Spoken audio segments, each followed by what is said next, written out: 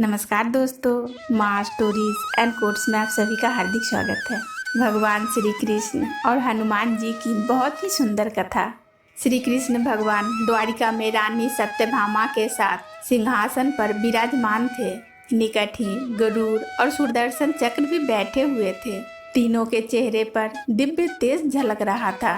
बातों ही बातों में रानी सत्यभामा ने श्री कृष्ण से पूछा कि हे प्रभु, आपने त्रेता में राम का रूप का अवतार लिया था। सीता आपकी पत्नी थी, क्या वे मुझसे भी अधिक सुंदर थी? द्वारिकाधीश समझ गए कि सत्यभामा को अपने रूप का अभिमान हो गया है। तभी गरुड़ ने कहा कि हे भगवान, क्या दुनिया में मुझसे भी ज्यादा तेज गति से कोई उड़ सकता है? इधर सुदर्शन चक्र से भी रहा नहीं गया और वे भी कह उठे कि भगवान, मैंने बड़े बड़े युद्ध में आपको विजय श्री दिलवाई है। क्या संसार में मुझसे भी शक्तिशाली कोई है? भगवान मन ही मन मुस्कुरा रहे थे।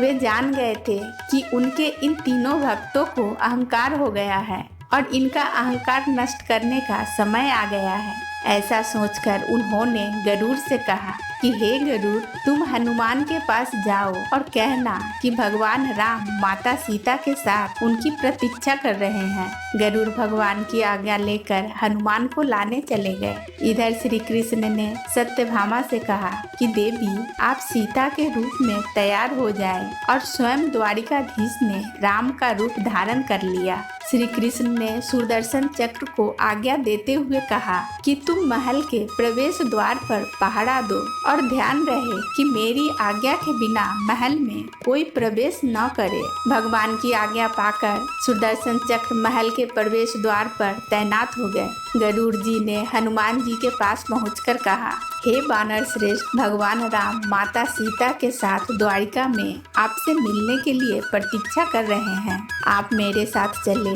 मैं आपको अपने पीठ पर बिठाकर शीघ्र ही वहां ले जाऊंगा।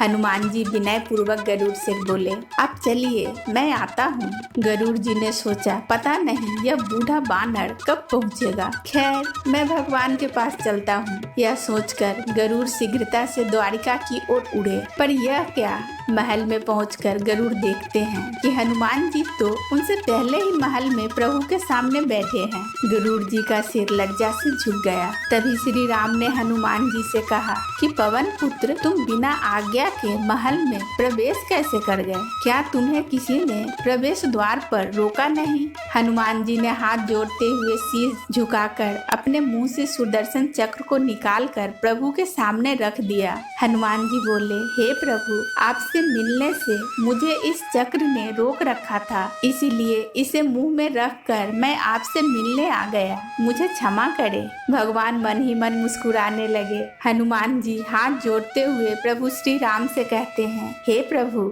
आज आपने माता सीता के स्थान पर किस दासी को इतना सम्मान दे दिया है कि वह आपके साथ सिंहासन पर विराजमान है। अब रानी सत्यभामा का अहंकार भंग होने की बारी थी। उन्हें सुंदरता का अहंकार था जो पल में चूर चूर हो गया। रानी सत्यभामा, सुदर्शन चक्र और गरुड़ जी तीनों का गर्व चूर चूर हो गया था। वे भगवान की लीला समझ गए थे। तीनों के आंखों से आंसू बहने लगे और वे भगवान के चरणों में गिर पड़े। अद्भुत लीला है प्रभु की। अपने भक्त के अहंकार को अपने भक्त द्वारा ही दूर किया उन्होंने। दोस्तों, जीवन में कभी भी अहंकार नहीं करनी चाहिए। जरूरी नहीं कि जो आज आपके पास है वह कल भी होगा। अपने अंदर जरा सा भी अहंकार आने लगे तो भगवान स्वयं हमसे दूर हो जाते हैं। भगवान जी को निस्वार्थ भक्तों की ही जरूरत है, अहंकारी की नहीं। तो प्रेम से बोलिए, राधे राधे, जय श्री कृष्णा। दोस्तों, कहानी अच्छी लगी हो तो कमेंट्स बॉक्स में कमेंट करके जरूर बताइएगा।